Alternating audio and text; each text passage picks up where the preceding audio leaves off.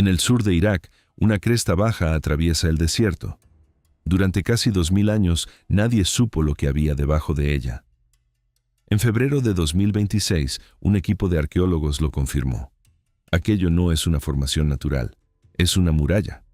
Y detrás de ella está una ciudad fundada por Alejandro Magno, desaparecida desde la antigüedad. Esta es la primera de 12 descubrimientos que este año ya ha entregado.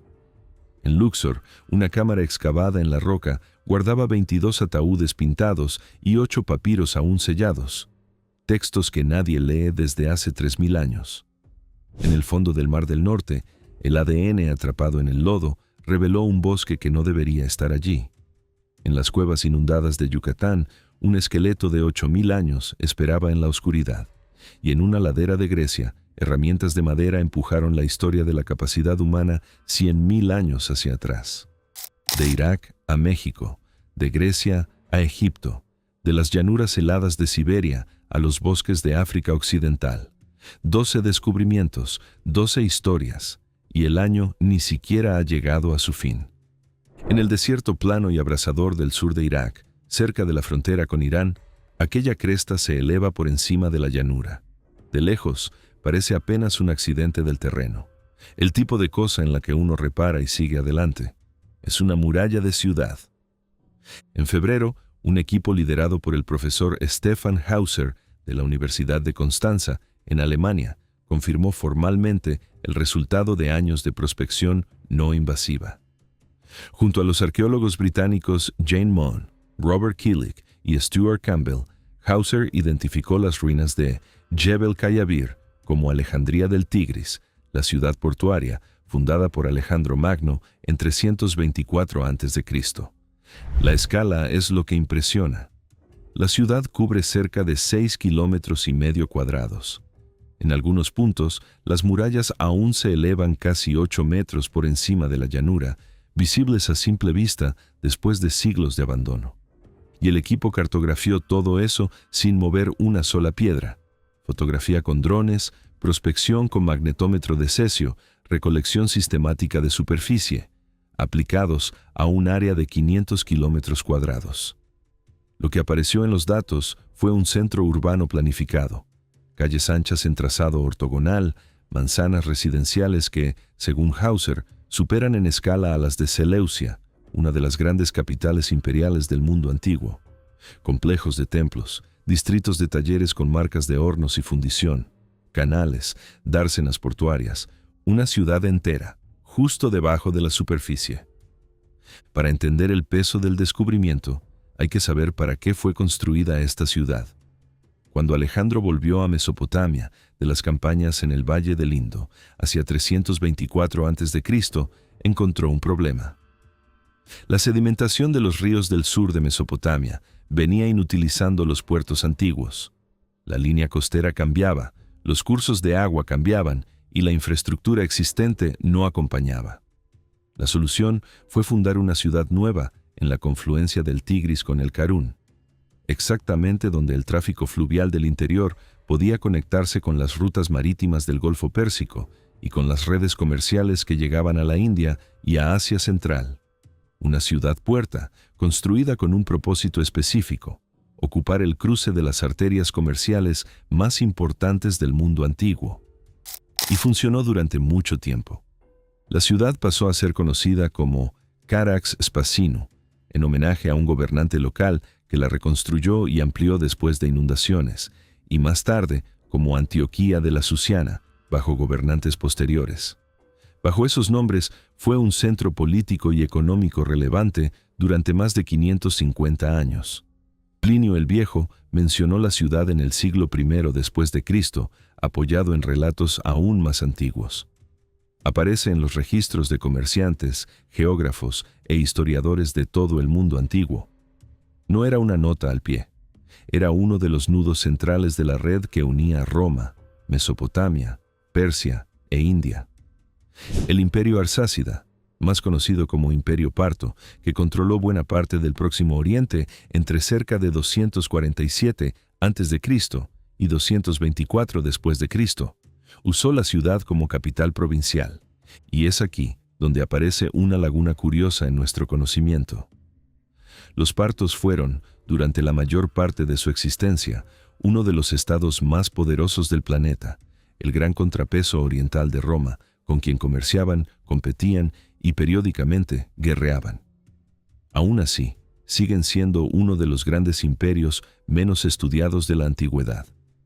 El período entre el fin de la escritura cuneiforme y la llegada del Islam, como el propio Hauser observa, quedó marginado por disciplinas académicas que miraban hacia otro lugar. Alejandría del Tigris, como capital de una de las provincias centrales del imperio, tiene el potencial de llenar buena parte de esa laguna. El fin de la ciudad no llegó por conquista ni por catástrofe, llegó por la geografía. Los ríos del sur de Mesopotamia cambian de curso con el tiempo, empujados por la acumulación de sedimentos y por el lento movimiento del propio terreno. En el siglo III después de Cristo, el Tigris ya se había desplazado hacia el oeste lo suficiente como para aislar la ciudad del canal principal. Sin esa conexión, el puerto perdió su función. El transporte fluvial entró en declive.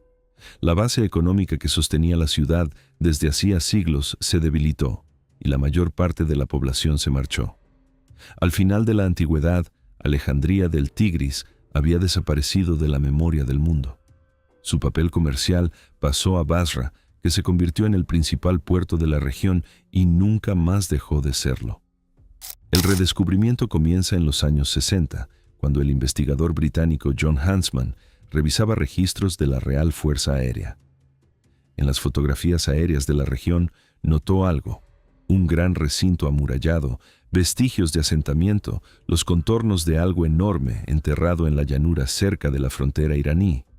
Huntsman relacionó lo que veía con las descripciones antiguas de Alejandría del Tigris, y la investigación de campo se detuvo casi de inmediato.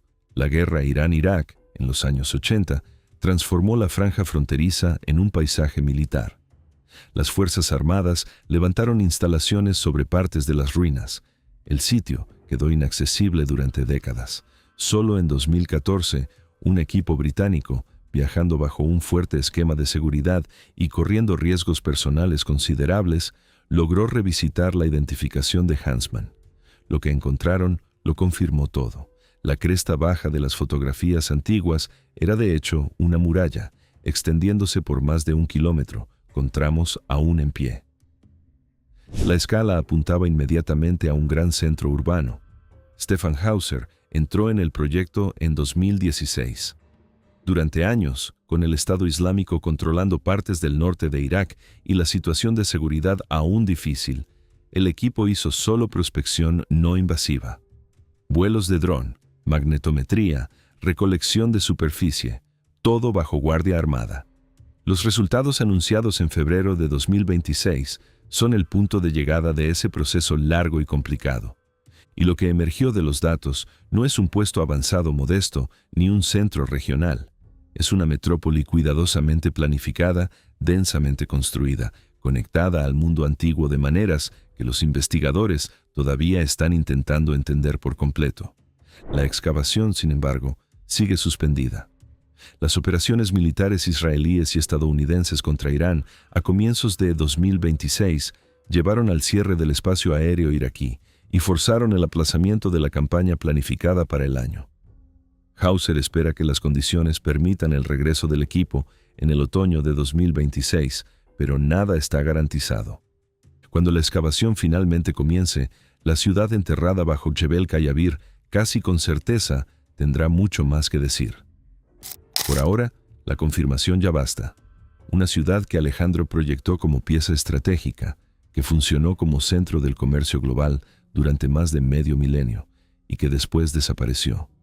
Su localización exacta, debatida por estudiosos durante siglos, ha sido finalmente encontrada. Y Irak no fue el único lugar donde el suelo se abrió este año. Al otro lado del mundo antiguo, en la orilla oeste del Nilo, en Luxor, un equipo de arqueólogos egipcios abrió una cámara excavada en la roca y se encontró ante algo que nadie veía desde hacía más de 2000 años.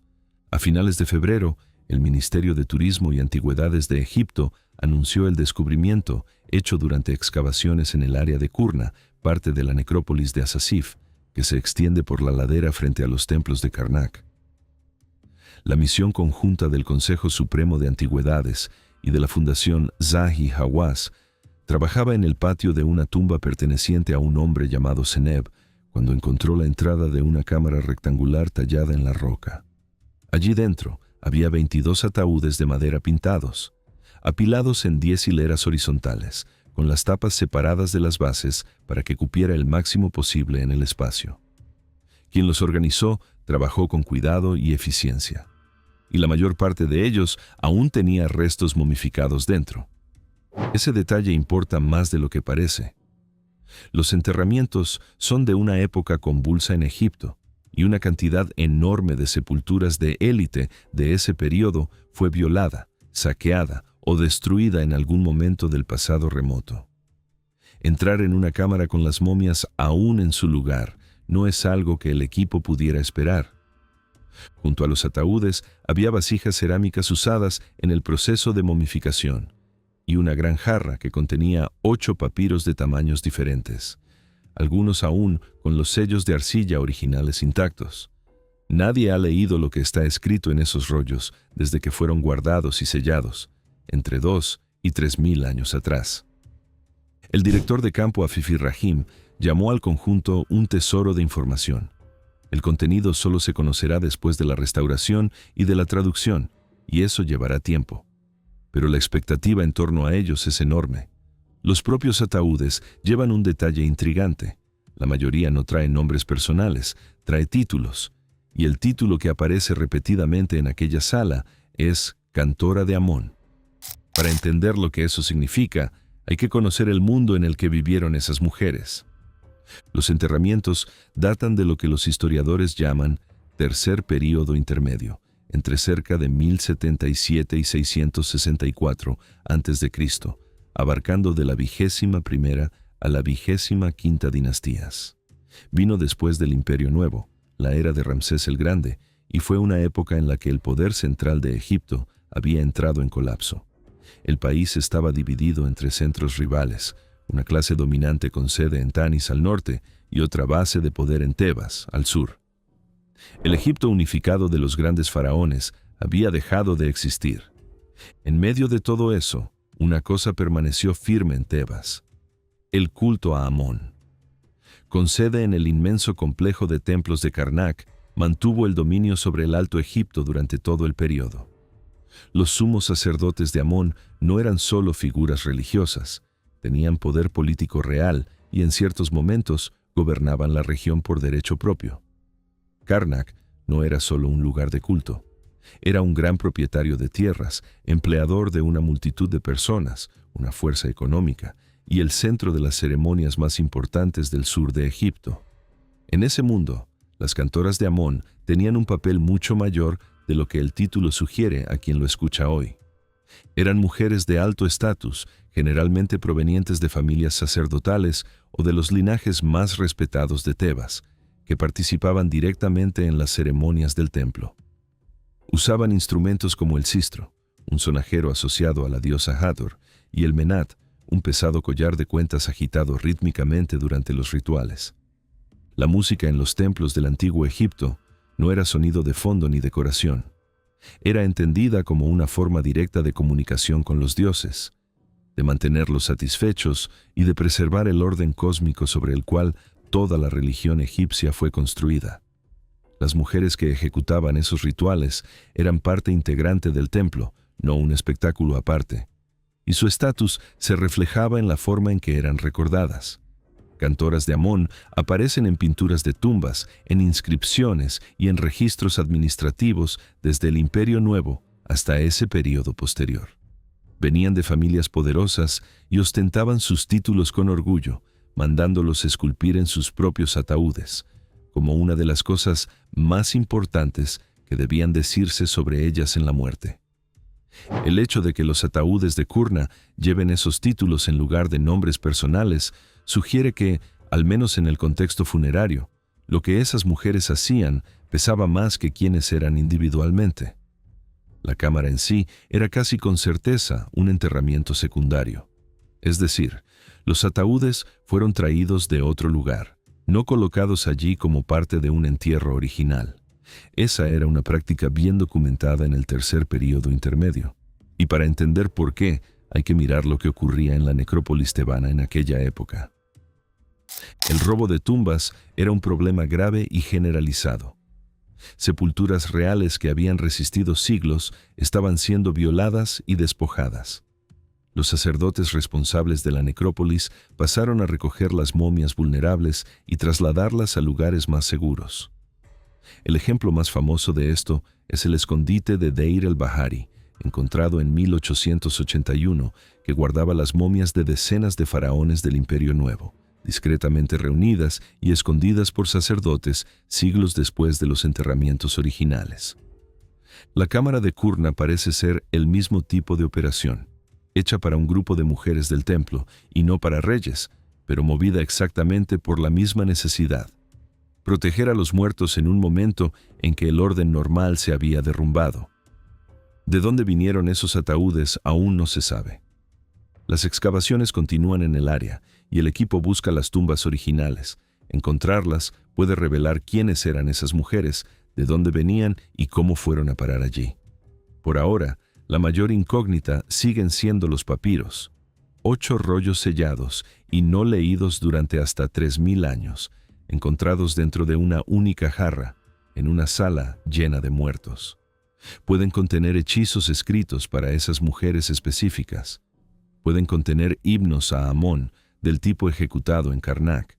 Pueden ser registros administrativos, o pueden contener algo que nadie previó.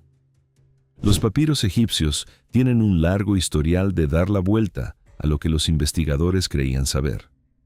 Y hasta que la restauración termine y los textos puedan ser leídos, esos 8 rollos siguen siendo una de las cosas más interesantes que aún están por descubrirse en la egiptología. Mientras Egipto e Irak ganaban titulares, un tipo muy diferente de descubrimiento ocurría en un laboratorio universitario en Inglaterra. Sin sitio arqueológico, sin trinchera, sin el momento dramático de una cámara siendo abierta.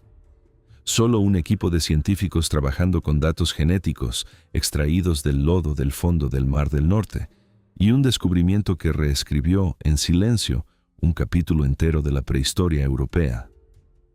En marzo, un estudio liderado por el profesor Robin Alabi de la Universidad de Warwick fue publicado en los Anales de la Academia Nacional de Ciencias de los Estados Unidos. El equipo reunía a investigadores de varias instituciones, entre ellos el profesor Vincent Gaffney de la Universidad de Bradford, uno de los mayores especialistas del mundo en paisajes prehistóricos sumergidos. El objeto de estudio era Doggerland, la masa de tierra que un día unió Gran Bretaña con la Europa continental a través de lo que hoy es el sur del Mar del Norte. Y lo que encontraron no era lo que nadie esperaba. Quien ya ha oído hablar de Doggerland conoce el esbozo básico.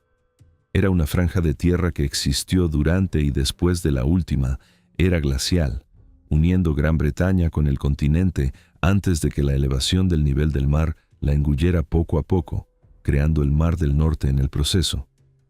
Durante casi todo el siglo XX, fue tratada sobre todo como un puente terrestre, una ruta que los primeros humanos usaban para atravesar. Útil, pero nada de especial en sí misma. El nuevo estudio cambia eso considerablemente. El método implica ADN sedimentario antiguo. En lugar de excavar el fondo del mar o recuperar artefactos, los investigadores extraen material genético preservado en el lodo. En total, analizaron 252 muestras de 41 testigos marinos perforados a lo largo de un sistema fluvial prehistórico conocido como Río del Sur, que corría por lo que hoy es la porción meridional de Doggerland. Los sedimentos de ese sistema se acumularon a lo largo de miles de años, preservando fragmentos de ADN de plantas y árboles que crecían en sus márgenes. Analizando esos fragmentos, el equipo reconstruyó cómo era el paisaje desde hace cerca de 16.000 años hasta el momento en que la tierra desapareció bajo el mar. Lo que encontraron fue un bosque, no tundra, no una llanura fría barrida por el viento, un bosque templado de verdad, con robles, olmos y avellanos ya establecidos desde hacía más de 16.000 años. Eso es miles de años antes de lo que los registros de polen británicos sugerían para árboles de ese tipo. Encontraron también tilos, una especie que prefiere condiciones más cálidas, surgiendo cerca de 2.000 años antes de lo que aparecen en la Gran Bretaña continental. Y entonces vino el hallazgo más inesperado de todos. ADN de un género llamado Pterocarya, pariente del nogal. Un árbol que se creía extinto en el noroeste de Europa desde hacía cerca de 400.000 años. Estaba allí, en los sedimentos, sobreviviendo en bolsones protegidos del paisaje mucho después de haber supuestamente desaparecido por completo. Para entender el peso de esto, hay que saber cómo la ciencia venía pensando el norte de Europa al final de la era glacial.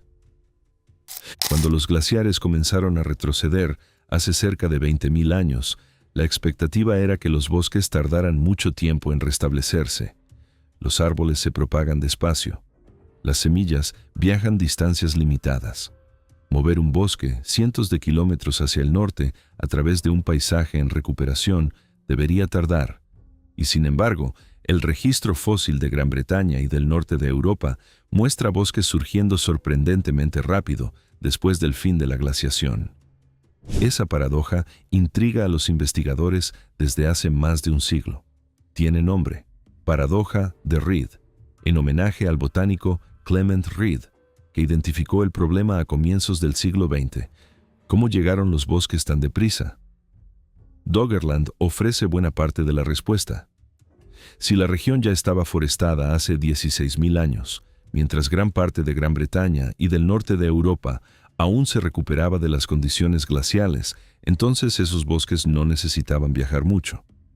A medida que el hielo retrocedía y el clima se calentaba, los árboles ya estaban allí, en los valles fluviales protegidos y en las tierras bajas de Doggerland, listos para expandirse. El paisaje funcionó como lo que los investigadores llaman un refugio, un bolsón protegido donde las especies sobrevivieron a las peores condiciones y desde donde se expandieron cuando el clima mejoró. Eso no es una nota al pie, es una respuesta directa a uno de los enigmas más antiguos del estudio de la vida vegetal europea. Doggerland ya era conocida como concepto desde comienzos del siglo XX, bautizada a partir del Dogger Bank, el área poco profunda del Mar del Norte, donde los barcos de pesca sacaban a la superficie, de vez en cuando, objetos sorprendentes en las redes: huesos de mamut, astas. En 1931, un arrastrero que trabajaba en la región trajo algo particularmente notable: un arpón de hueso con púas, más tarde atribuido a la cultura maglemosiense, un pueblo mesolítico activo en el norte de Europa desde hace cerca de 10.300 años. Ese objeto quedó conocido como Arpón Colinda, nombre del barco que lo encontró, y se convirtió en una de las pruebas más famosas de que el fondo sumergido del Mar del Norte albergó comunidades humanas reales. El nuevo estudio profundiza esa imagen. Si Doggerland era un paisaje forestado y rico en recursos hace 16.000 años, no era un simple punto de paso para humanos migratorios. Era un lugar donde las personas podían vivir, cazar y construir comunidades durante miles de años antes de la llegada del mar. Los bosques sostendrían jabalíes, ciervos y otros animales. Los ríos proporcionarían pescado. Las mismas condiciones ecológicas que sostenían las culturas mesolíticas del norte de Europa estaban presentes allí mucho antes de aparecer en lo que hoy es tierra firme en Gran Bretaña o en Escandinavia. Y eso plantea una pregunta incómoda sobre el registro arqueológico relativamente escaso de las primeras comunidades mesolíticas británicas. Si las partes más ricas y más habitables del paisaje estaban en Doggerland, y Doggerland está hoy bajo decenas de metros de agua, entonces las evidencias de esas comunidades fueron llevadas por el mar. El tsunami de Storega, provocado por un enorme deslizamiento submarino en la costa de Noruega hace cerca de 8.150 años, se discute desde hace tiempo como el golpe final a lo que quedaba de Doggerland. El nuevo estudio sugiere que partes del paisaje sobrevivieron incluso a ese evento, con algunas áreas permaneciendo por encima del agua hasta hace cerca de 7.000 años. bastante más tarde de lo que las estimaciones anteriores indicaban. La técnica de ADN sedimentario usada aquí ya está siendo aplicada a otros paisajes prehistóricos sumergidos, incluyendo áreas del Mar Báltico y del Mar Negro. Ambos eran ambientes radicalmente diferentes durante la era glacial. Ambos pueden haber sostenido comunidades humanas hoy completamente sumergidas. Lo que el estudio de Doggerland demostró es que la información genética atrapada en el sedimento del fondo del mar puede contar una historia detallada sobre paisajes de otro modo inaccesibles. Es, en la práctica, una forma de hacer arqueología sin poder excavar. Las preguntas continúan. La extensión norte de Doggerland todavía es mal comprendida, y no se sabe si las condiciones forestales del sur se extendían por toda la masa de tierra, o si las porciones septentrionales eran más abiertas, más parecidas a la tundra. Y las evidencias directas de presencia humana en Doggerland siguen siendo extremadamente limitadas, por el motivo obvio de que los sitios están sumergidos. Sin una gran inversión en excavación subacuática, algo con desafíos prácticos y financieros enormes, esas comunidades pueden permanecer invisibles. Pero la Doggerland que este estudio produjo está muy lejos del puente de tierra árido de los libros de texto. Era un mundo forestado, vivo y ecológicamente rico, en el corazón del norte de Europa, durante miles de años. Y las personas que vivieron allí solo ahora comienzan a recibir la atención que merecen. Los descubrimientos hasta aquí involucran cosas físicas, ciudades, ataúdes, bosques sumergidos, cosas que se pueden señalar en un mapa.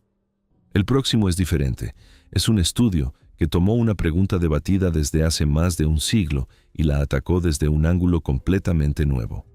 Y la respuesta no es la que la mayoría de las personas esperaría. En febrero, un equipo liderado por la profesora Ariane Bourque de la Universidad de Montreal publicó un estudio en la revista Quaternary Science Reviews. Sus coautores fueron Emma Pomeroy, Timothy Poisson, Benjamin Ali y Simon Pacan. La pregunta era simple de enunciar y brutal de responder. ¿Por qué desaparecieron los neandertales?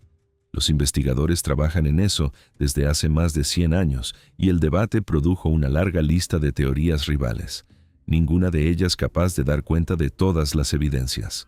Lo que Bourque y su equipo trajeron de nuevo fue un método prestado de otra área. En lugar de analizar el registro fósil y las herramientas de piedra a la manera tradicional, adaptaron un tipo de modelización usado en biología de la conservación, que estudia cómo las poblaciones de animales y plantas sobreviven o entran en colapso cuando su hábitat se fragmenta. Después, aplicaron ese modelo a datos arqueológicos y climáticos del período conocido como Estadio Isotópico Marino III, entre cerca de 60.000 y 35.000 años atrás. Ese es exactamente el período en que neandertales y Homo sapiens compartían Europa, y en que a los neandertales se les estaba acabando el tiempo.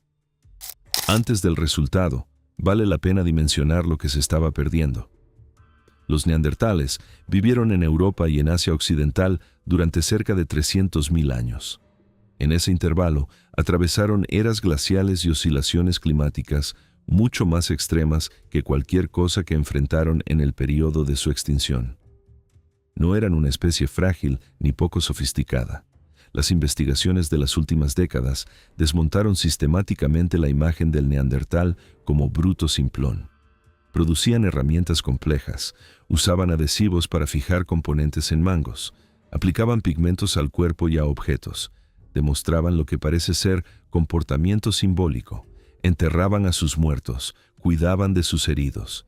Y cuando el Homo sapiens llegó a Europa, el registro genético muestra que los dos grupos no simplemente se evitaron.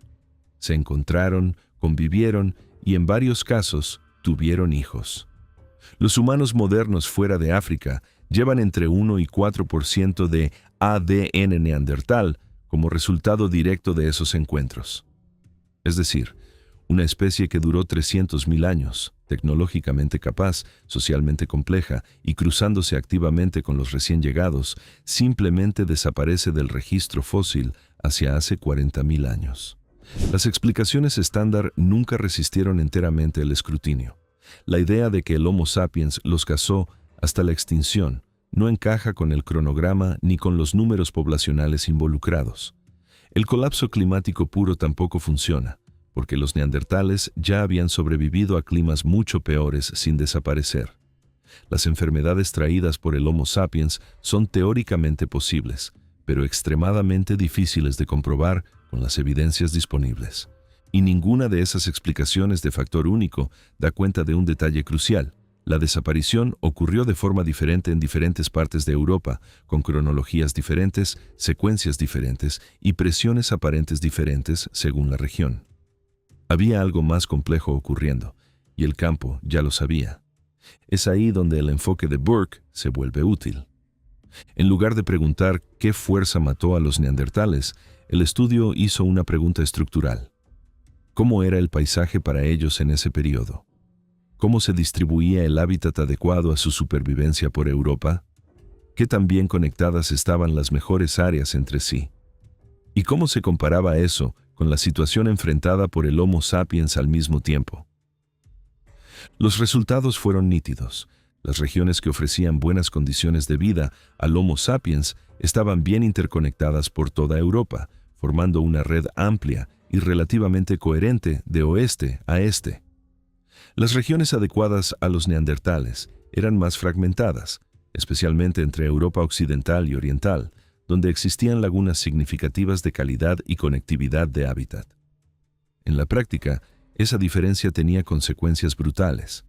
Cuando un grupo de Homo sapiens era golpeado por un invierno riguroso, un brote de enfermedad o una secuencia de cacerías malas, probablemente había otros grupos al alcance.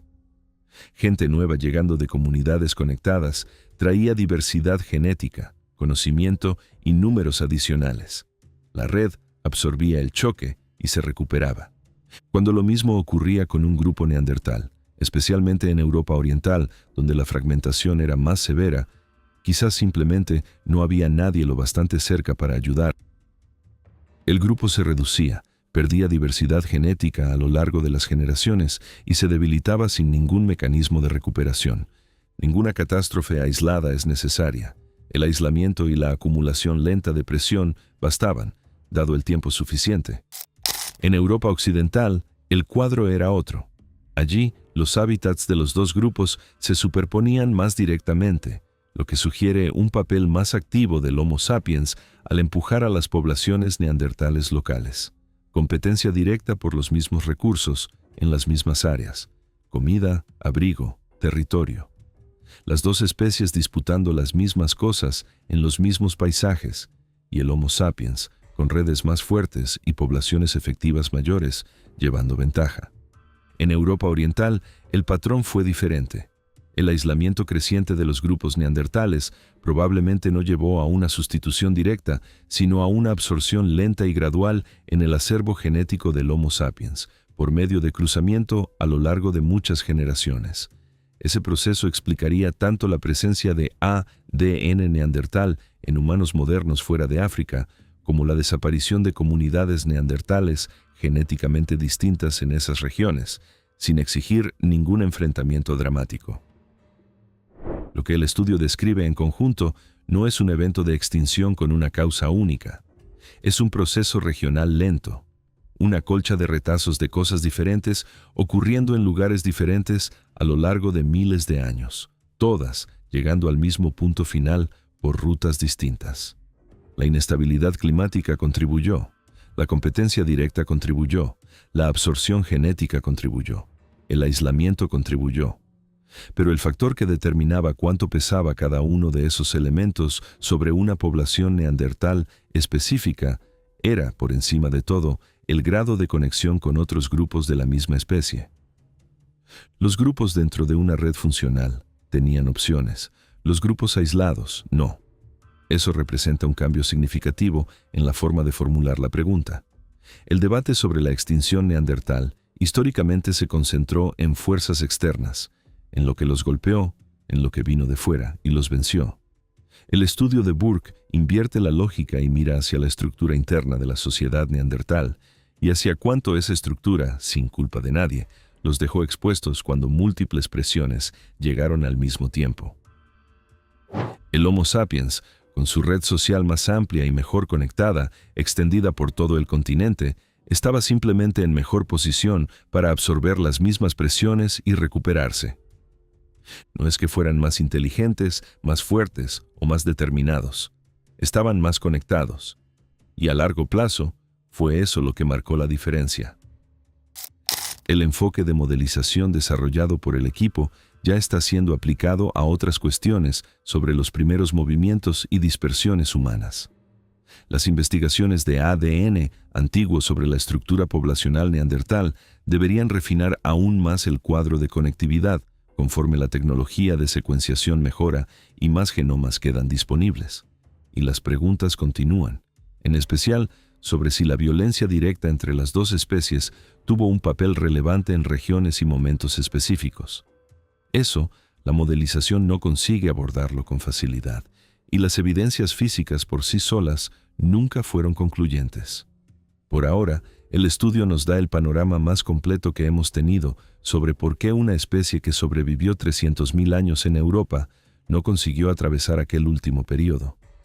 No fue una única cosa la que la destruyó. Fue el peso de múltiples presiones recayendo sobre poblaciones que por el lugar donde vivían y por la forma en que su mundo estaba estructurado, tenían menos espacio que sus vecinos para absorber cualquiera de ellas. De las llanuras heladas de la Europa glacial, vamos a las montañas del sur de México. Y de una pregunta que persigue a la ciencia desde hace un siglo, pasamos a una tumba abierta recientemente, y a algo allí dentro que sorprendió incluso a los arqueólogos que la encontraron. En enero, investigadores anunciaron el descubrimiento de una tumba zapoteca de 1400 años en el municipio de San Pablo Huitzo, en el estado de Oaxaca. El descubrimiento fue divulgado por Christina Kilgrove en la Live Science y por Jack Guy en la CNN, y rápidamente atrajo atención mucho más allá de los círculos habituales de la arqueología mesoamericana. No por la tumba en sí, aunque la tumba sea significativa, por lo que había dentro de ella. Dominando la cámara funeraria había una enorme escultura de búho, no una figurilla de cerámica del tipo que aparece regularmente en excavaciones zapotecas, sino una representación grande y meticulosamente elaborada, posicionada de modo que fuera inmediatamente visible para cualquier persona que entrara.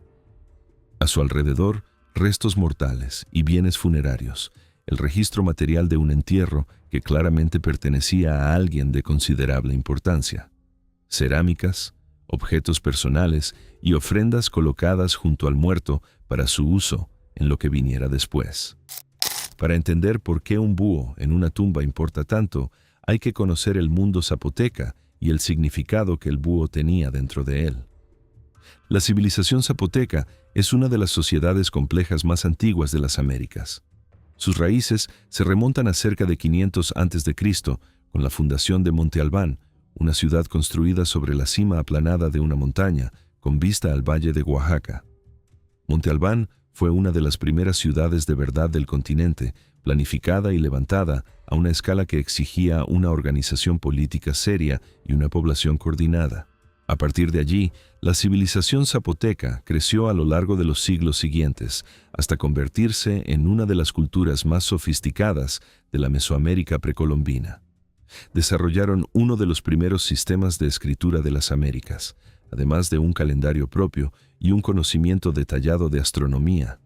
Eran comerciantes y diplomáticos activos, manteniendo contacto con Teotihuacán, la enorme ciudad del Valle de México, que alcanzó su auge entre cerca de 100 y 500 después de Cristo y dominó buena parte de la vida política y cultural mesoamericana del período.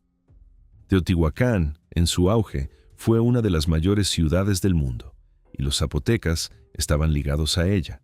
Estilos cerámicos zapotecas aparecen en Teotihuacán, e influencias teotihuacanas aparecen en la cultura material zapoteca.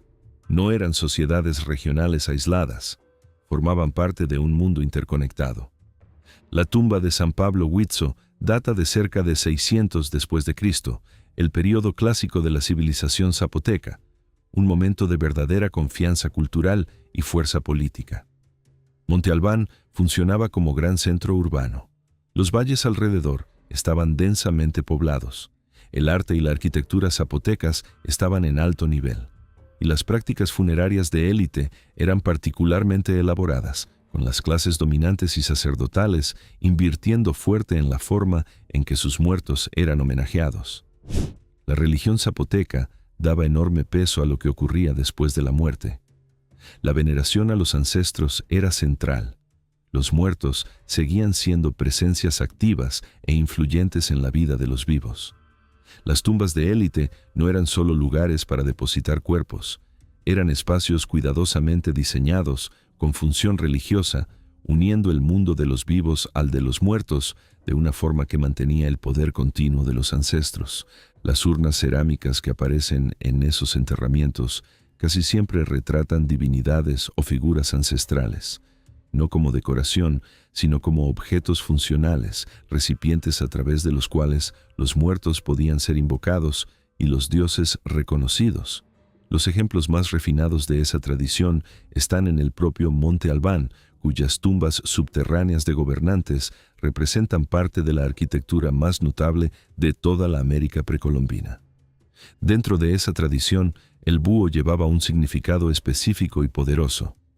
En toda Mesoamérica, los búhos eran asociados a la noche, a la muerte y a la frontera entre el mundo de los vivos y lo que está más allá de él.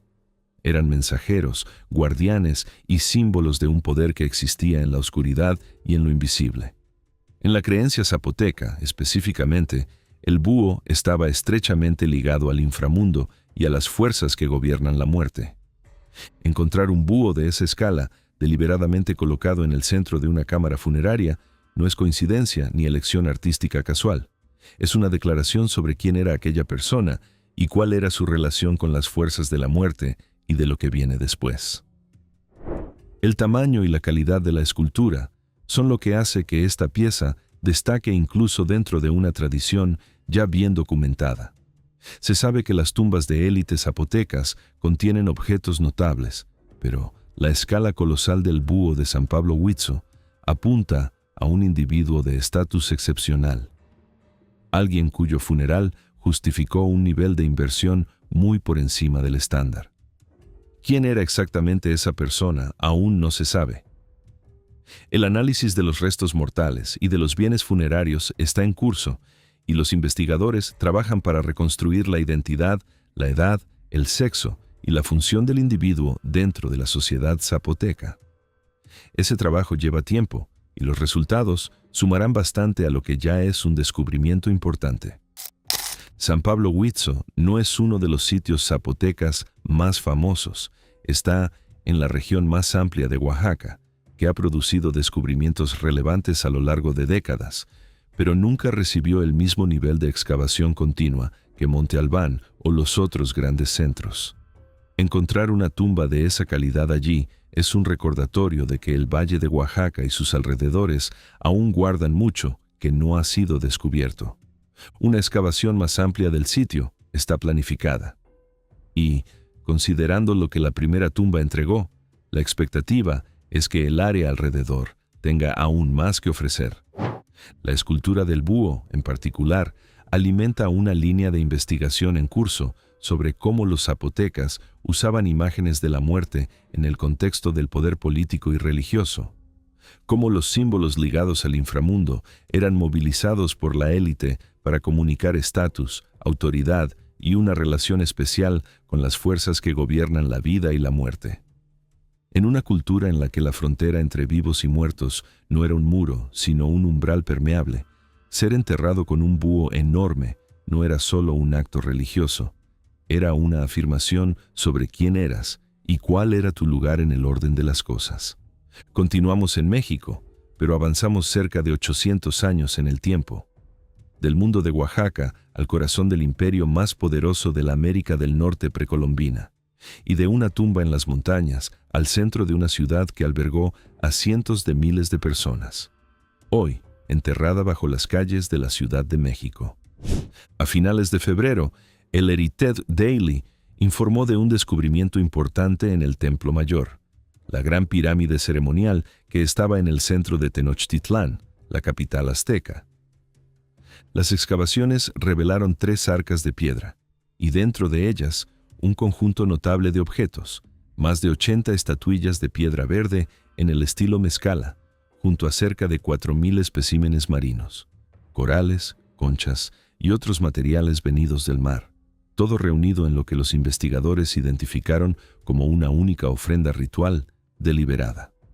La ofrenda fue asociada al reinado de Moctezuma Ilhuicamina, más conocido como Moctezuma I, que gobernó el imperio azteca entre cerca de 1440 y 1469.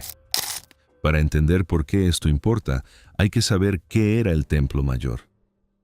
Tenochtitlán fue fundada en 1325 en una pequeña isla en medio del lago de Texcoco, en el Valle Central de México. A lo largo de los 2 siglos siguientes, por conquista militar, alianza política y pura fuerza organizativa, los aztecas transformaron aquel asentamiento insular en una de las mayores ciudades del mundo.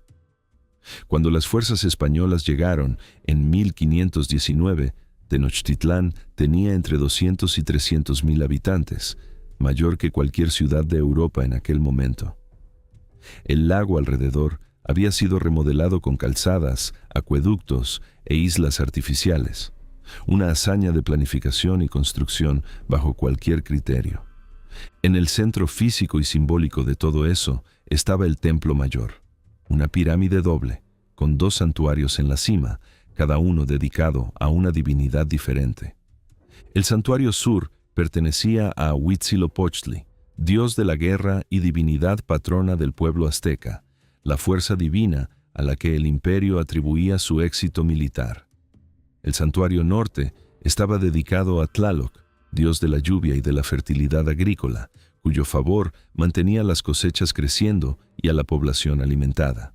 Juntos, los 2 santuarios representaban los 2 pilares sobre los que fue construido el Estado azteca: la guerra y la subsistencia, la conquista y el alimento.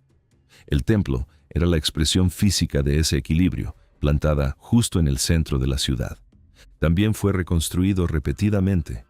Cada gobernante importante añadía una nueva capa externa sobre la estructura existente, dejándola más alta y más imponente, una declaración del propio reinado. Los arqueólogos que trabajan en el sitio hoy atraviesan esas capas una a una, y cada capa está ligada a un gobernante específico y a un momento específico de la historia azteca. Las 3 arcas de piedra pertenecen a la fase de construcción asociada a Moctezuma I, una de las figuras más importantes de la historia inicial del imperio. Durante su reinado, el ejército azteca avanzó agresivamente por el centro de México, colocando nuevos territorios bajo control de Tenochtitlán y estableciendo el sistema tributario que sostendría el imperio en las décadas siguientes. También supervisó grandes expansiones del propio templo. La ofrenda pertenece a ese periodo de crecimiento y ambición. Y el contenido de las 3 arcas cuenta una historia compleja sobre cómo los aztecas entendían el poder. Los especímenes marinos son la parte más directa del cuadro. Corales, conchas y materiales del mar aparecen en muchos de los depósitos de ofrenda encontrados en el Templo Mayor a lo largo de los años, y su significado en la creencia azteca es razonablemente bien comprendido. El océano representaba la frontera del mundo conocido, el lugar donde comenzó la creación y de donde venían las fuerzas de la fertilidad y de la abundancia. Traer material del mar hasta el centro de la ciudad y depositarlo dentro de la estructura más sagrada del imperio era una forma de atraer ese poder cósmico hacia adentro, conectando Tenochtitlan con los confines del mundo. 4.000 especímenes marinos en una única ofrenda representan una inversión considerable en esa idea y apuntan a un acto ritual planificado al más alto nivel. Las estatuillas de piedra verde son más intrigantes y más reveladoras sobre cómo el Estado azteca se pensaba a sí mismo y a su lugar en la historia. La cultura mezcala floreció en lo que hoy es el estado de Guerrero, en el suroeste de México, entre 200 y 500 años antes del período azteca, produciendo un estilo distinto de estatuilla esculpida en piedra verde, con formas humanas abstractas y rasgos simplificados. Cuando los aztecas estaban construyendo su imperio, la cultura mezcala ya había desaparecido hacía siglos. Aquellos no eran objetos contemporáneos, Eran antiguos, cosas de un mundo que ya había terminado, y los aztecas los estaban buscando deliberadamente. Esa práctica, recolectar objetos antiguos de culturas anteriores y depositarlos como ofrendas sagradas en el Templo Mayor, está documentada en varias fases de excavación del sitio. Figuras mezcala, objetos ligados a Teotihuacán, material de civilizaciones que surgieron y desaparecieron mucho antes de la existencia del Estado azteca, todo eso aparece en las capas de ofrenda bajo el templo. Los investigadores pasaron años analizando lo que ese hábito revela sobre el pensamiento azteca, y la interpretación más aceptada es la siguiente. Esos objetos antiguos eran vistos como recipientes de poder sagrado acumulado, construido a lo largo de siglos de uso y veneración por las culturas que los crearon. Al reunirlos de toda Mesoamérica y colocarlos en el centro de su propia práctica religiosa, los aztecas estaban reivindicando ese poder acumulado para sí, conectando el imperio con la historia profunda de la región y presentando a Tenochtitlán como heredera legítima de todo lo que había venido antes. Encontrar más de 80 estatuillas mezcala en un único contexto, directamente ligado a Moctezuma I, apunta a algo organizado e intencional al nivel de la corte imperial. Un acto ritual que exigió identificar, recolectar y transportar una colección significativa de objetos antiguos, para después depositarlos junto a miles de especímenes marinos dentro de la estructura más sagrada del imperio. Cualquiera que fuese el mensaje que se entregaba a los dioses, alguien en Tenochtitlan lo consideró lo bastante importante para todo ese trabajo. El Templo Mayor está en excavación continua desde 1978, cuando obreros que trabajaban en el centro de la Ciudad de México alcanzaron el sitio arqueológico y sacaron a la luz un enorme disco de piedra esculpido que representaba el cuerpo desmembrado de la diosa de la luna, Coyolxauhqui. Aquel descubrimiento dio inicio a uno de los proyectos de excavación urbana más largos del mundo, que sigue produciendo hallazgos relevantes décadas después. Las capas, aún en trabajo, contienen ofrendas de múltiples fases, y la expectativa del equipo es que existan depósitos significativos todavía por descubrir bajo la superficie. Los especímenes marinos de este último hallazgo están siendo analizados para determinar exactamente de dónde vinieron, lo que ayudará a construir una imagen más clara de hasta dónde llegaban realmente las redes de comercio y tributo aztecas en el auge del poder imperial. Todavía en México, pero en otro extremo del país y en otro extremo del tiempo. A comienzos de marzo, fue anunciado un descubrimiento que no involucra pirámide ni tumba excavada en una ladera, sino un sistema de cuevas sumergido, y restos humanos que están allí desde hace 8.000 años. La península de Yucatán alberga una de las redes de cuevas subacuáticas más extensas del mundo, conocida como sistema de cenotes. Los cenotes son sumideros naturales, aberturas en el lecho rocoso calcáreo que se conectan a una vasta red subterránea de pasajes inundados, extendiéndose por cientos de kilómetros bajo el suelo de la selva. Para los mayas que vivían encima de ellas, esas aberturas en la tierra eran lugares sagrados, portales hacia Xibalbá, el inframundo, donde los dioses de la muerte tenían su dominio. Fueron lugares de ofrenda, ceremonia y significado religioso durante siglos. Pero mucho antes de los mayas, milenios antes de que alguien levantara un templo o desarrollara escritura en esa parte del mundo, otras personas se movían por esas cuevas y dejaron rastros que el agua ha venido preservando desde entonces. En marzo, el Heritage Daily informó del descubrimiento de un esqueleto humano prehistórico dentro de un sistema de cuevas sumergido, un enterramiento de cerca de 8.000 años. Es uno de los más antiguos jamás recuperados en la red de cuevas de Yucatán, y añade una pieza importante al retrato de la ocupación humana inicial de la región, que los investigadores vienen armando lentamente desde hace décadas. Para entender por qué esto importa, hay que saber cómo esas cuevas fueron a parar debajo del agua. Durante la última era glacial, y por varios miles de años después, el nivel del mar en todo el planeta era mucho más bajo que hoy, porque buena parte del agua estaba atrapada en las enormes capas de hielo que cubrían el hemisferio norte. En Yucatán, eso significaba que los sistemas de cuevas estaban secos. No eran pasajes inundados, accesibles solo a buzos con equipo especializado. Eran cuevas abiertas, oscuras y frías, pero físicamente accesibles a cualquiera dispuesto a entrar. Los primeros humanos que vivían en la península las usaban, se refugiaban en ellas, y en algunos casos morían y eran enterrados en ellas. Con el fin de la era glacial y el derretimiento de los glaciares, el nivel del mar subió. Poco a poco, a lo largo de miles de años, el agua invadió las cuevas por debajo, inundando los pasajes y sellando todo lo que había allí dentro. Los huesos, las herramientas, los restos de las personas que vivieron allí. Todo quedó preservado en el agua fría, oscura y pobre en oxígeno, esperando. Las cuevas de Yucatán vienen revelando hallazgos excepcionales en las últimas décadas, a medida que buzos e investigadores exploran los pasajes sistemáticamente. El más famoso de ellos es Naya, un esqueleto humano casi completo, descubierto en 2007 en una cueva llamada Hoyo Negro, el agujero negro, en el este de la península. Naya fue datada entre 12 y 13.000 años atrás, lo que la convierte en uno de los esqueletos humanos más antiguos y más completos jamás encontrados en las Américas. El análisis de sus restos complicó el cuadro existente sobre cómo y cuándo fueron pobladas las Américas. La forma de su cráneo y ciertas características físicas diferían de las poblaciones nativas americanas posteriores, levantando dudas sobre la relación entre los primeros americanos y los pueblos que vinieron después. El análisis de ADN acabó confirmando que ella estaba genéticamente emparentada con los nativos americanos modernos, a pesar de esas diferencias físicas. Pero las cuestiones más amplias que su descubrimiento levantó nunca fueron plenamente resueltas.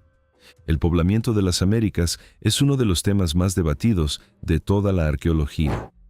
El modelo tradicional defendía que los primeros americanos cruzaron de Siberia a Alaska por un puente terrestre expuesto durante la era glacial, esparciéndose después hacia el sur conforme el hielo retrocedía. En las últimas décadas, ese modelo se complicó considerablemente. Sitios en América del Sur parecen mostrar ocupación humana anterior a lo que el cronograma tradicional permite. Rutas de migración costera fueron propuestas como alternativa o complemento al corredor terrestre.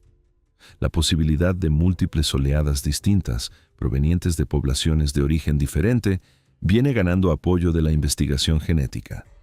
Y la variación física observada en algunos de los esqueletos americanos más antiguos, incluido el de Naya, añade una capa más a un debate que no da señales de un consenso próximo. El esqueleto de 8.000 años recién descubierto se sitúa en un punto diferente de esa historia. Hace 8.000 años ya era el inicio del Holoceno, después del fin de la era glacial y de las grandes extinciones que remodelaron las Américas al final del Pleistoceno, pero aún miles de años antes de los primeros asentamientos mayas. La persona cuyos restos fueron encontrados en aquella cueva vivía en un mundo sin agricultura, sin ciudades y sin nada de la complejidad cultural que acabaría dando origen a la civilización maya sobre la misma extensión de tierra.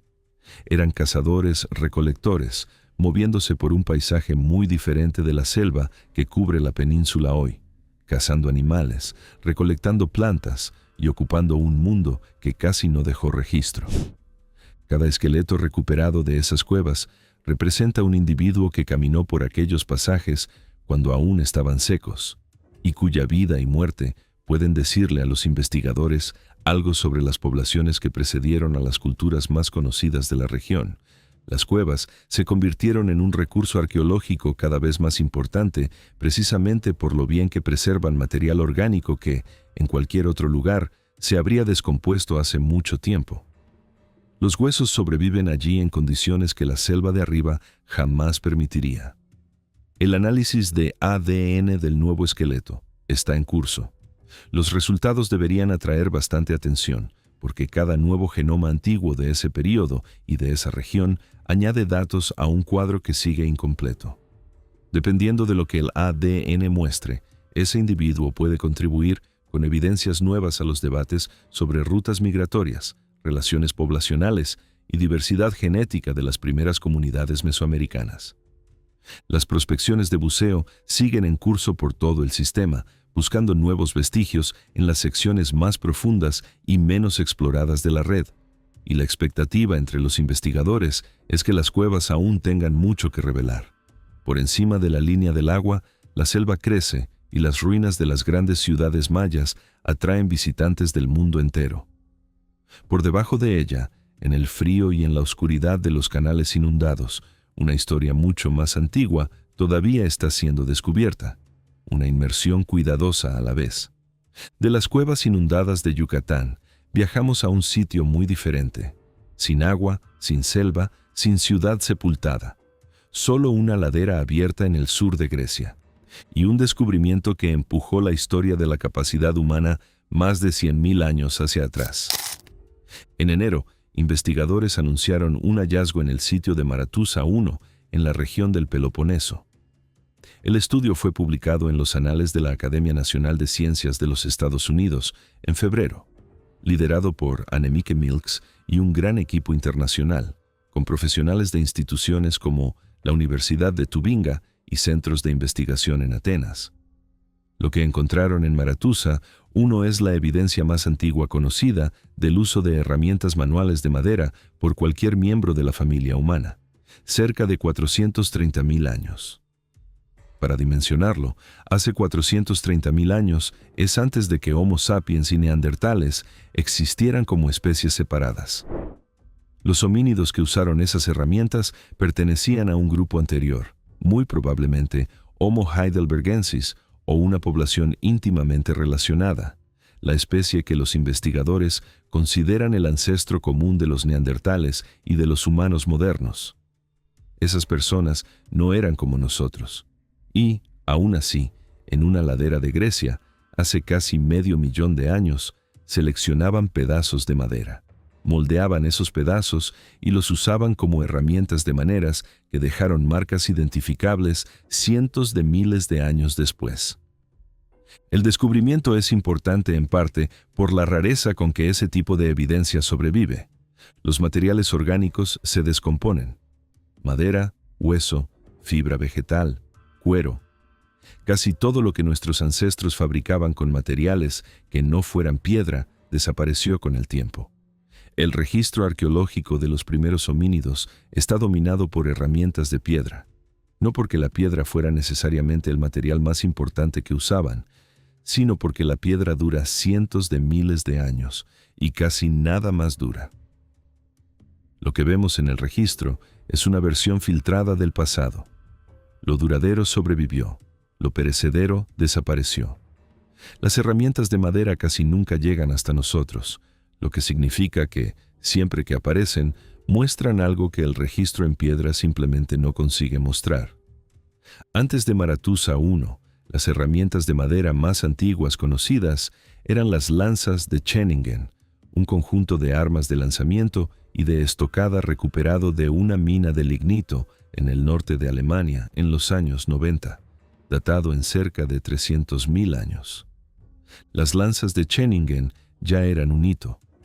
Mostraron que los homínidos de aquel periodo fabricaban armas de caza bien diseñadas, con astas cuidadosamente esculpidas y formas equilibradas.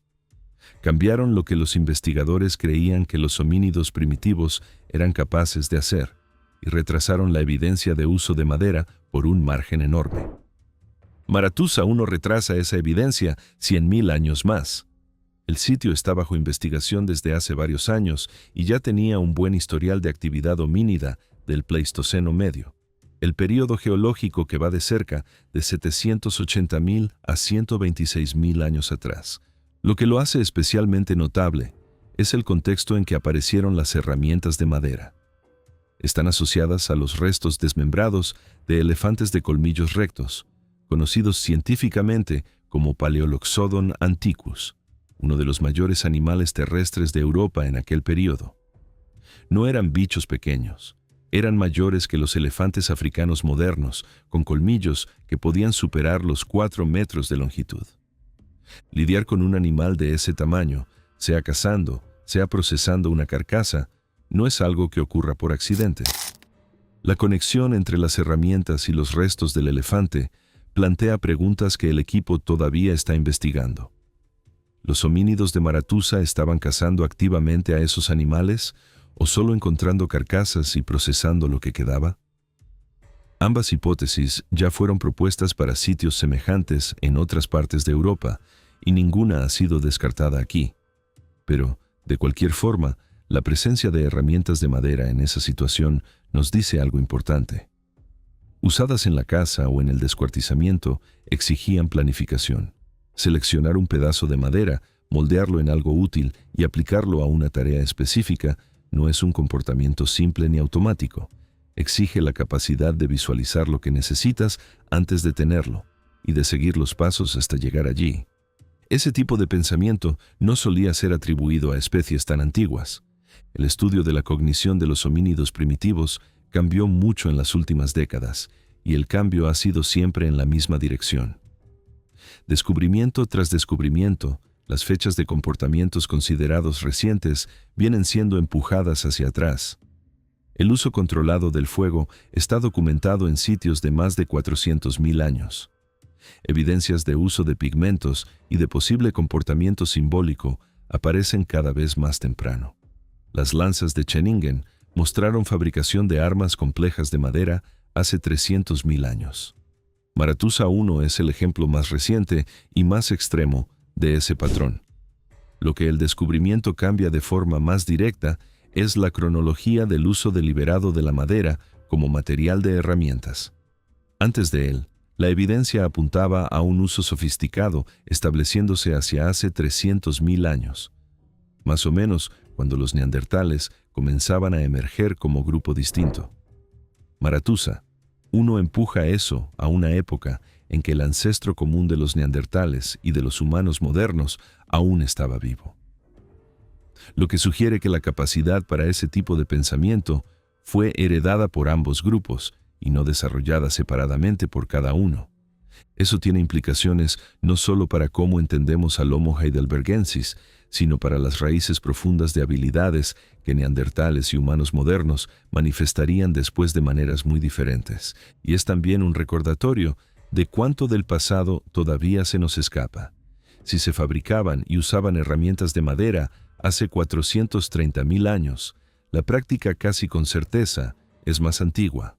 La evidencia en Maratúsa I sobrevivió gracias a un conjunto muy específico de condiciones que permitieron al material orgánico durar el tiempo suficiente para ser encontrado y datado.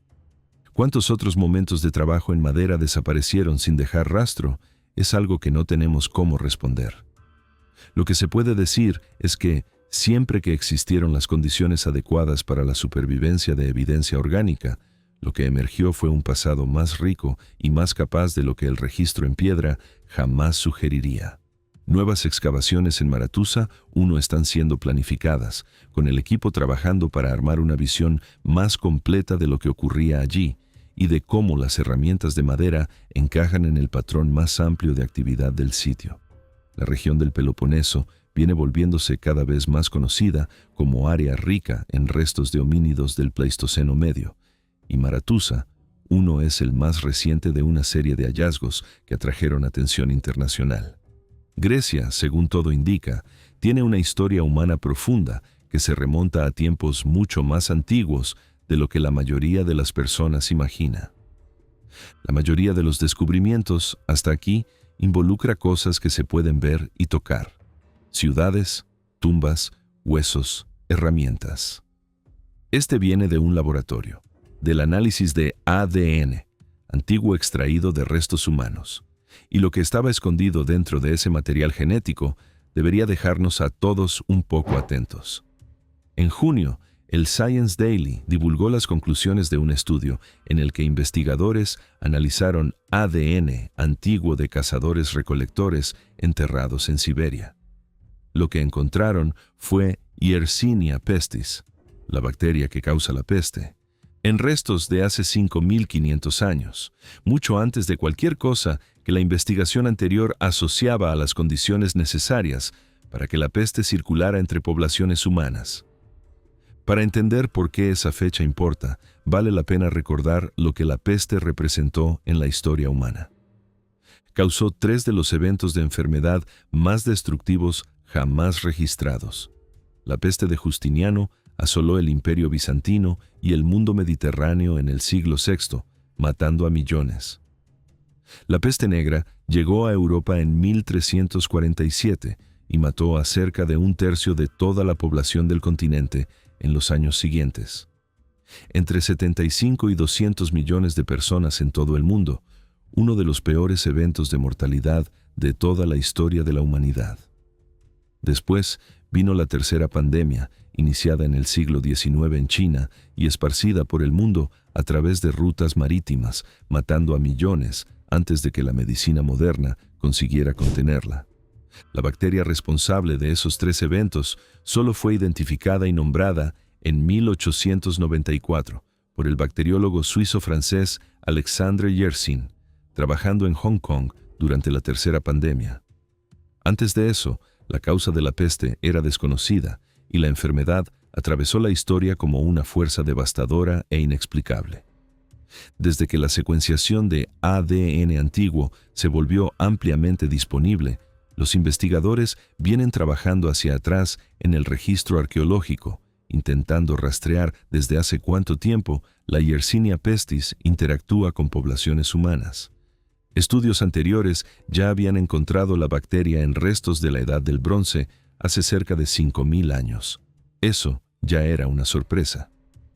La Edad del Bronce fue una época de ciudades en crecimiento, comercio en expansión y densidad poblacional cada vez mayor. Exactamente las condiciones que la mayoría de los investigadores consideraba necesarias para que la peste se instalara y se esparciera. Encontrarla allí estiraba la línea del tiempo, pero aún cabía dentro del modelo. El descubrimiento siberiano rompe con ese cuadro. Hace 5.500 años, las personas cuyos restos fueron analizados no eran habitantes de ciudades, no eran agricultores amontonados en asentamientos densos. Eran cazadores-recolectores, viviendo en pequeños grupos dispersos por el paisaje siberiano, moviéndose conforme las estaciones y los animales de los cuales dependían.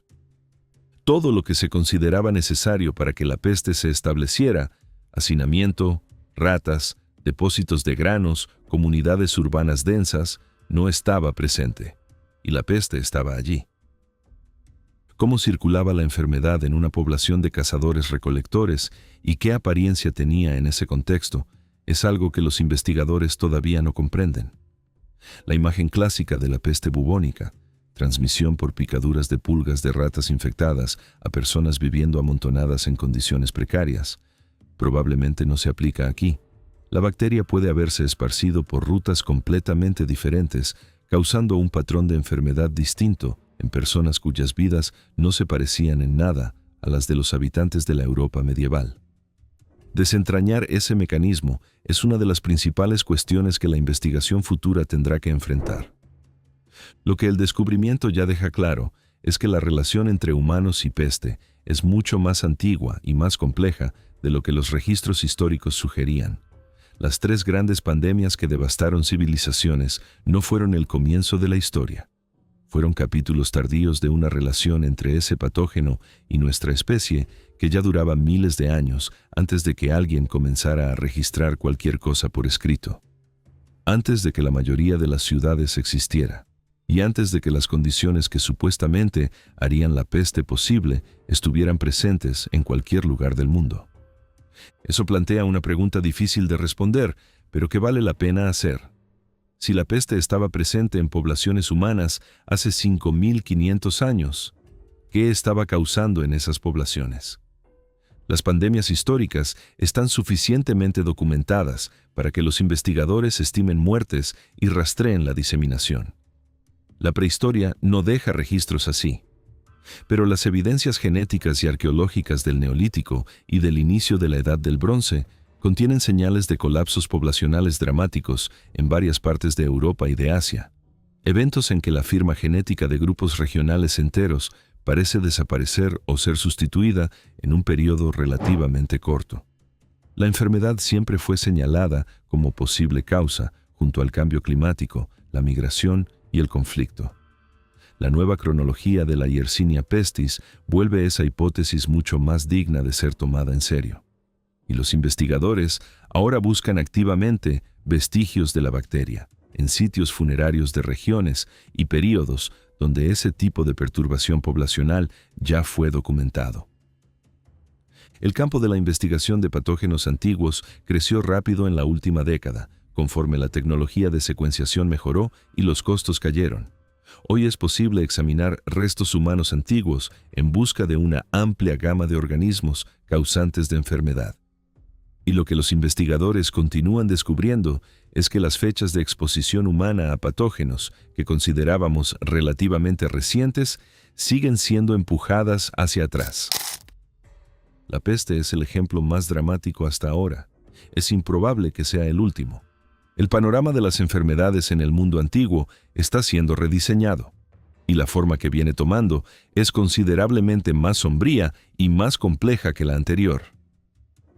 El descubrimiento anterior nos obligó a repensar las enfermedades en el mundo antiguo. Este obliga a repensar algo aún más básico: ¿dónde vivieron realmente los primeros humanos y en qué tipo de ambiente eran capaces de sobrevivir? En mayo, el Science Daily divulgó los resultados de un estudio que sacó a la luz evidencias de humanos antiguos viviendo en selvas tropicales densas de África Occidental mucho antes de lo que la ciencia consideraba posible. Parece simple enunciado así. En la práctica, derriba una premisa que moldeó el pensamiento sobre los primeros movimientos humanos durante décadas. La visión tradicional de cómo los primeros humanos se esparcieron por África y después por el resto del mundo funcionaba más o menos así. Nuestros ancestros seguían ambientes abiertos, pastizales, sabanas y litorales, usándolos como rutas naturales que ofrecían comida, buena visibilidad y desplazamiento relativamente fácil. La selva tropical densa era vista como algo que rodear, no que atravesar. El suelo de la selva recibe poca luz solar. La mayor parte de la vegetación que crece allí no es fácil de consumir sin un procesamiento pesado. Los animales de gran porte son más difíciles de rastrear y cazar en vegetación cerrada que en campo abierto. La conclusión estándar era que los primeros humanos, sin herramientas modernas ni conocimiento acumulado, simplemente no tenían lo que hacía falta para vivir en la selva tropical durante ningún período significativo, y que las grandes franjas forestales de África Central y Occidental funcionaron como barreras al movimiento humano, y no como lugares donde las personas construyeron comunidades. Esa visión viene siendo cuestionada desde hace algún tiempo. En la última década, las evidencias de presencia humana temprana en las selvas tropicales del sur y del sudeste asiático se acumularon. Sitios en Sri Lanka y en Borneo, entre otros, retrasando las fechas de la vida en la selva en decenas de miles de años. Pero cada vez que eso ocurría, el hallazgo era absorbido por el panorama general sin realmente sacudir la estructura. La versión centrada en África continuaba en pie, en parte porque la propia África aún no había producido el mismo tipo de evidencia. Los descubrimientos de África Occidental cambian eso. Muestran humanos presentes y adaptados a condiciones de selva tropical densa significativamente antes de lo que el cronograma aceptado permitía, en una región que está en el corazón de uno de los ambientes forestales más antiguos y ecológicamente más complejos del planeta. Las selvas tropicales de África Occidental, que se conectan con la vasta cuenca del Congo más al este, están entre los ecosistemas forestales más ricos de la Tierra. Están forestadas desde hace un tiempo extraordinariamente largo, lo que significa que fueron hábitat humano en potencia durante un tiempo extraordinariamente largo. La pregunta siempre fue si los primeros humanos realmente las usaban. La respuesta es sí, y más temprano de lo que cualquiera esperaba. África Occidental también es significativa desde el punto de vista genético. Las poblaciones que viven allí hoy llevan algunos de los linajes de ramificación más profunda de todo el árbol genealógico humano, lo que indica que sus linajes ancestrales se separaron de otras poblaciones humanas muy temprano en nuestra historia evolutiva. La diversidad genética de la región es notable, reflejando una presencia humana larga y ampliamente continua a lo largo de muchos miles de años. Y aún así, El registro arqueológico de los primeros humanos en África Occidental siempre fue mucho más magro que el de África Oriental, donde sitios como la Cueva de Blombos, en Sudáfrica, y una serie de localidades en el este del continente sostuvieron la mayor parte de la narrativa sobre el comportamiento humano primitivo. Parte de esa laguna refleja diferencias reales en el registro, pero buena parte refleja dónde se concentró la investigación y los desafíos concretos de trabajar en ambientes tropicales, donde la preservación suele ser mala y donde el acceso y la financiación nunca fueron fáciles de organizar. La distancia entre lo que la genética dice sobre la larga presencia humana en África Occidental y lo que la arqueología conseguía demostrar ya era un problema conocido desde hacía años. Si había personas viviendo en las selvas tropicales de la región más temprano de lo que se pensaba, eso ayuda a explicar parte de esa laguna. Las evidencias de ocupación en ambiente forestal son mucho más difíciles de encontrar y preservar que en sitios abiertos. Herramientas, huesos y otros restos se descomponen rápidamente en el calor húmedo del suelo de la selva. Los sitios quedan sepultados bajo vegetación espesa y capas profundas de materia foliar. Las mismas condiciones que hacen la selva tropical tan productiva para animales y plantas son exactamente las condiciones que destruyen la evidencia arqueológica a lo largo de los milenios. Es decir, no encontrar algo en esos ambientes siempre exigió cautela, y este descubrimiento es un ejemplo claro del porqué. Lo que añade al cuadro más amplio es una prueba más de la flexibilidad y de la adaptabilidad del Homo sapiens desde muy temprano en su historia. Mudarse a una selva tropical densa y descubrir cómo vivir allí no es tarea simple. Exige un conocimiento detallado del ambiente local, qué es seguro comer, cómo desplazarse en medio de la vegetación cerrada, dónde encontrar agua limpia, cómo leer un paisaje que casi no ofrece líneas de visión largas. Ese tipo de conocimiento se construye a lo largo de generaciones viviendo en un mismo lugar y se transmite dentro de comunidades a lo largo del tiempo. Las personas cuya presencia fue documentada en esas selvas no estaban solo de paso. Vivieron allí con éxito suficiente para dejar un rastro que sobrevivió y pudo ser encontrado miles de años después. Y las implicaciones van más allá de África Occidental. Si los primeros humanos se estaban estableciendo en selva tropical densa en esa región antes de lo esperado, la pregunta sobre dónde más pueden haber hecho lo mismo queda considerablemente más abierta. La franja de selva ecuatorial atraviesa grandes partes de África, del sur y sudeste asiático y de América del Sur, y existen tramos enormes de esas regiones donde la presencia humana antigua nunca fue seriamente investigada, en parte por causa de la vieja suposición de que la selva volvía a eso improbable. Esa suposición parece mucho menos sólida ahora. Es bastante plausible que nuevas prospecciones en otras zonas de selva ecuatorial vengan como consecuencia directa de este descubrimiento, con investigadores usando el caso de África Occidental como incentivo para mirar con más atención hacia ambientes antes descuidados. Las excavaciones en los sitios de África Occidental continúan y la expectativa es que más evidencias de ocupación humana temprana en esos ambientes aparezcan conforme el trabajo avanza. El interés en saber dónde vivían los primeros humanos y a qué eran capaces de adaptarse sigue creciendo. Y este es uno de los ejemplos más claros hasta ahora de un descubrimiento que expande ese panorama en una dirección para la cual nadie estaba preparado. Buena parte de los descubrimientos hasta aquí vino de tecnología de punta, secuenciación de ADN, escaneo LiDAR, prospección geofísica, cartografía con dron. El próximo es un recordatorio de que algunos de los descubrimientos más extraordinarios aún salen directamente del suelo, y de que el interior de Inglaterra todavía no ha entregado todo lo que tiene. En enero, la CNN y la BBC informaron del anuncio de un hallazgo hecho en el verano anterior en West Norfolk, en Inglaterra. El descubrimiento se había mantenido en silencio mientras se realizaba el análisis inicial. Lo que emergió del suelo fue un depósito de la edad del hierro de 2000 años, y en el centro de él, algo que separa ese hallazgo de casi todos los otros que aparecen en campos británicos todos los años. Un carnix de bronce casi completo. uno de los objetos más raros de toda la arqueología celta.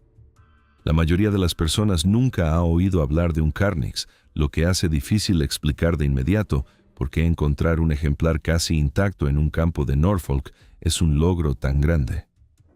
El carnix era un instrumento de viento, un tipo de trompa usada por toda la Europa de la Edad del Hierro en los últimos siglos antes de Cristo y en los primeros siglos después de Cristo. No tenía la forma de un instrumento moderno. Fue construido para parecerse a un animal, generalmente un jabalí o una serpiente, con la campana formando la boca abierta de la criatura en lo alto. El músico lo sostenía en vertical, alzándolo por encima de las cabezas de la multitud o de la línea de batalla, con la boca del animal abierta de par en par y apuntada hacia arriba, lanzando el sonido hacia lo alto. Escritores antiguos que lo oyeron describieron el sonido como áspero, disonante y profundamente perturbador. Esa era exactamente la intención. El carnix era alzado por encima de las líneas de batalla celtas para crear una muralla de ruido diseñada para desestabilizar y asustar al enemigo antes de que el combate comenzara. Julio César y otros escritores romanos que enfrentaron a ejércitos celtas comentaron el ruido ensordecedor de su aproximación, el sonido combinado de las trompas, de los gritos y de los bramidos de guerra resonando antes del ataque. El carnix era pieza central de eso. Su imagen era bastante familiar a los romanos, que la incluyeron repetidamente en su propio arte, de forma más célebre en la columna de Trajano, en Roma, donde guerreros dacios aparecen sosteniéndolo. Aparece también en el caldero de Gundestrup, el gran vaso ritual de plata encontrado en Dinamarca, que trae algunas de las imágenes más detalladas de la vida ceremonial celta jamás encontradas. Y aún así, a pesar de lo conocido que era el carnix en el mundo antiguo, encontrar uno de verdad es extremadamente raro.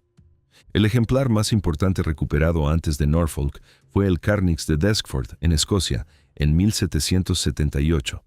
Solo la parte de la cabeza del animal sobrevivió, no el instrumento completo, e incluso ese fragmento aislado es considerado uno de los objetos celtas más importantes jamás encontrados en Gran Bretaña. Piezas y accesorios de carnix también fueron encontrados en gran cantidad en Cantignac, en Francia, en 2004. Pero un ejemplar casi completo, preservando lo suficiente para que se entienda su forma entera y cómo era montado, nunca había sido encontrado en Gran Bretaña antes de este depósito. Junto al carnix, el depósito contenía un estandarte de metal con cabeza de jabalí, el tipo de objeto que era llevado a la batalla o a la ceremonia como símbolo de la identidad y del poder de una tribu. El jabalí tenía enorme peso en la cultura celta. Aparecen cascos, escudos, monedas, broches y objetos ceremoniales por todo el mundo celta, de Gran Bretaña e Irlanda hasta Europa Central. En la creencia celta, estaba ligado a la guerra, a la fuerza, al banquete y a lo sagrado. Una criatura con significado en varias áreas de la vida al mismo tiempo. Un estandarte de jabalí llevado a la batalla no era una bandera. Era una declaración sobre quién lo portaba, sobre su identidad y sobre su relación con las fuerzas que, en su visión, moldeaban la guerra y el destino. La combinación de un carnix y un estandarte de jabalí en un único depósito no tiene paralelo conocido en el registro arqueológico. Esos tipos de objeto aparecen individualmente en varios sitios de la Edad del Hierro por Europa. Encontrarlos juntos, en lo que parece ser un depósito cuidadosamente montado, plantea preguntas reales sobre lo que aquello representaba y por qué esos objetos en particular fueron elegidos para ser retirados de circulación y enterrados al mismo tiempo. ¿Por qué depósitos como ese eran enterrados? Es algo que la arqueología de la Edad del Hierro piensa desde hace mucho tiempo. La explicación simple, objetos valiosos escondidos para su protección y nunca recuperados, funciona bien para algunos casos, pero encaja mal en otros. Hoy se cree que muchos depósitos de la Edad del Hierro, especialmente los que contienen objetos rituales o ceremoniales, representan ofrendas deliberadas, cosas colocadas en la tierra como regalos a los dioses o a los espíritus del lugar, y no ahorros guardados para después. Los objetos en esos depósitos están frecuentemente entre los ítems más valiosos y mejor trabajados que una comunidad poseía. lo que vuelve la explicación del escondite aún más frágil. Uno no entierra sus objetos ceremoniales más sagrados para protegerlos de ladrones. Uno los entierra porque colocarlos en la tierra es el objetivo. Si el depósito de Norfolk es una ofrenda de ese tipo, entonces el Carnix y el estandarte de jabalí no estaban escondidos. Fueron colocados en el suelo de West Norfolk como parte de una ceremonia cuyo significado completo ya no conseguimos descifrar, pero cuyos vestigios físicos acaban de reaparecer 2000 años después. La Gran Bretaña de la Edad del Hierro, en el periodo al que el depósito pertenece, era un mundo de política tribal compleja, tradiciones artesanales fuertes y conexiones reales con el mundo celta del otro lado del canal. Las tribus de Anglia Oriental participaban activamente del comercio y del intercambio cultural que se extendía hasta la Galia y más allá. Los objetos fabricados y usados en esa parte de Gran Bretaña no eran imitaciones burdas de estilos continentales, eran productos de alta calidad, hechos por una cultura que sabía exactamente lo que estaba haciendo. Y el Carnix y el estandarte de jabalí son la prueba más elocuente de eso. El Carnix, en su estado casi completo, es uno de los ejemplares más informativos del instrumento jamás recuperados en cualquier lugar. La investigación que saldrá de este depósito en los próximos años debería profundizar considerablemente lo que sabemos sobre la vida ceremonial y militar de la Gran Bretaña de la Edad del Hierro. La conservación y el análisis detallado de los objetos están en curso, y la publicación completa se espera en breve. Anglia Oriental ya ha producido descubrimientos importantes de la Edad del Hierro, pero el Carnix de Norfolk destaca incluso en ese contexto. Y el trabajo que comienza ahora es solo el inicio de lo que tiene que decir. Comenzamos en Egipto, en una cámara sellada llena de ataúdes pintados y papiros no leídos. Es apropiado que el último descubrimiento también venga de allí, y que sea, en cierto sentido, lo opuesto de todo lo que vimos hasta aquí. No un objeto dramático ni una tumba escondida. Un archivo, vasto, disperso, hecho de la vida cotidiana escrita en fragmentos de cerámica y lascas de piedra, enterrada en el suelo del Alto Egipto durante más de 1000 años. En marzo, el Al-Ahram informó de que una misión conjunta entre el Consejo Supremo de Antigüedades de Egipto y la Universidad de Tubinga, en Alemania, recuperó cerca de 13.000 óstracos inscritos en el sitio de Atribis, en la provincia de Souag. 13.000, de un único lugar. La escala ya bastaría para volver esto notable, pero lo que está escrito en ellos es lo que da al hallazgo su significado real. Los óstracos son una de las categorías menos glamurosas y más verdaderamente importantes del material egipcio antiguo. La palabra se refiere a fragmentos de cerámica y pequeñas lascas de caliza usados como superficie de escritura en el día a día. El papiro era caro. Para la mayoría de las personas en el Egipto antiguo no era una opción viable para la escritura cotidiana. Si necesitabas anotar una lista, registrar una transacción, escribir una carta o garabatear algo rápidamente, tomabas un pedazo de vasija rota o una lasca de caliza y escribías encima. Los óstracos eran los blocs de notas, los recibos, los borradores y las notas del mundo egipcio antiguo. Eran usados todo el tiempo, en números enormes. Y porque la cerámica y la caliza no se descomponen como los materiales orgánicos, sobreviven en cantidades mucho mayores de lo que el papiro jamás sobrevivió. Cada descubrimiento significativo de óstracos añade al retrato de la vida cotidiana en el Egipto antiguo, un retrato que las inscripciones de los grandes templos y los papiros reales simplemente no consiguen proporcionar solos. 13.000 piezas de un único sitio es un número excepcional. Para dar contexto, una gran noticia de descubrimiento epigráfico en la egiptología suele involucrar cientos de objetos, ocasionalmente algunos miles. 13.000 en un solo lugar, cubriendo más de 1000 años de ocupación, es otro orden de magnitud, y coloca al archivo de Atribis en una posición singular entre los mayores descubrimientos individuales de material escrito del Egipto antiguo. Atribis es un sitio con historia larga. Situada en el Alto Egipto, la ciudad tuvo ocupación continua a lo largo de múltiples periodos históricos, con templos que datan de la era ptolemaica, cuando Egipto era gobernado por la dinastía griega que sucedió a la conquista de Alejandro Magno y que se extienden hasta el período romano y más allá. El equipo de Tubinga trabaja en el lugar desde hace varios años y ha construido un sólido historial de hallazgos. Pero los 13.000 óstracos son, de lejos, el descubrimiento más significativo hasta ahora. La amplitud temporal es una de las cosas que vuelven el archivo tan valioso. 1000 años de textos venidos de un único lugar significan que el material cubre una gama excepcional de períodos: el período tardío de la historia egipcia, la era ptolemaica, la ocupación romana y posiblemente el inicio del período bizantino, todos potencialmente representados.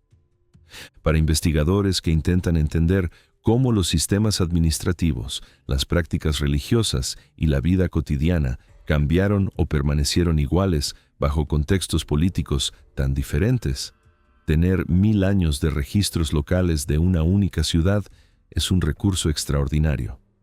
La mayoría de los archivos de ese tipo es o muy estrecha en el tiempo, o muy amplia en la geografía. Atribis ofrece una profundidad poco común en un único punto del mapa a lo largo de un periodo muy extenso. El contenido examinado hasta ahora cubre un espectro amplio. Los registros administrativos aparecen con destaque: el tipo de contabilidad, archivo y documentación oficial que mantenían las ciudades antiguas funcionando. Cartas y comunicaciones personales aparecen junto a material más formal. Y entonces existen los textos que llamaron la atención especial cuando el Science Daily los divulgó, en mayo. Rituales antibrujería y fórmulas de protección fueron encontrados entre las inscripciones. Esos tipos de texto no son desconocidos en el Egipto antiguo. Filacterios y fórmulas apotropaicas son términos familiares en el medio académico, pero son relativamente raros en el registro escrito que sobrevivió, y representan algo bastante específico y bastante humano.